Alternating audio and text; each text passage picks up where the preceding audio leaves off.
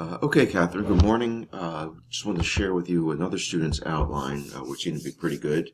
It's about Malala, and we start out, at least in her outline, she has the claim up here.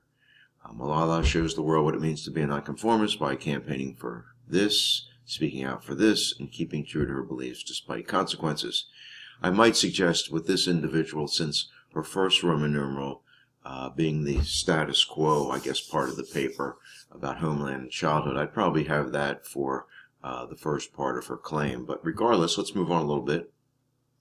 And what she's done now is to copy her note cards or paraphrase her note cards with the information about homeland and childhood influences. And then for each particular point that she thought maybe was a major point under this category or part of the paper, she has a large letter, big letter, and then these are some subtopics or sub-information underneath it.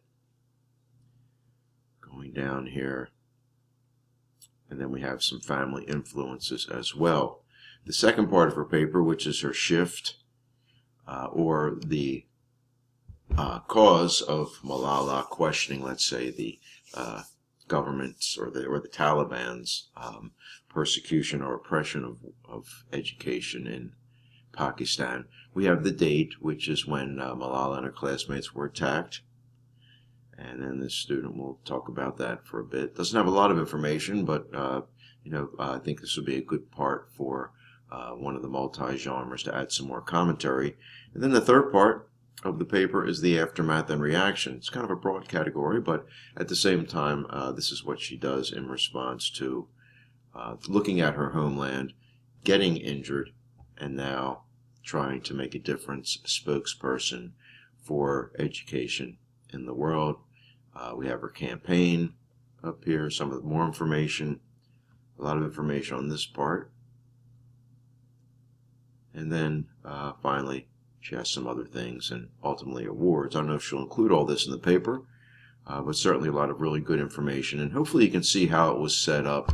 We started with kind of the status quo, which was her home.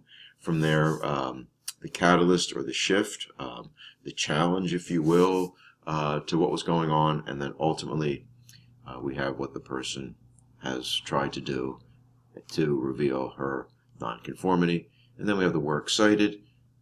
Okay, and these numbers refer to various parts of her notes in the outline. Okay, so I hope that's helpful for you. If you have any other questions, please feel free to send them along. All right, have a good day. Bye-bye.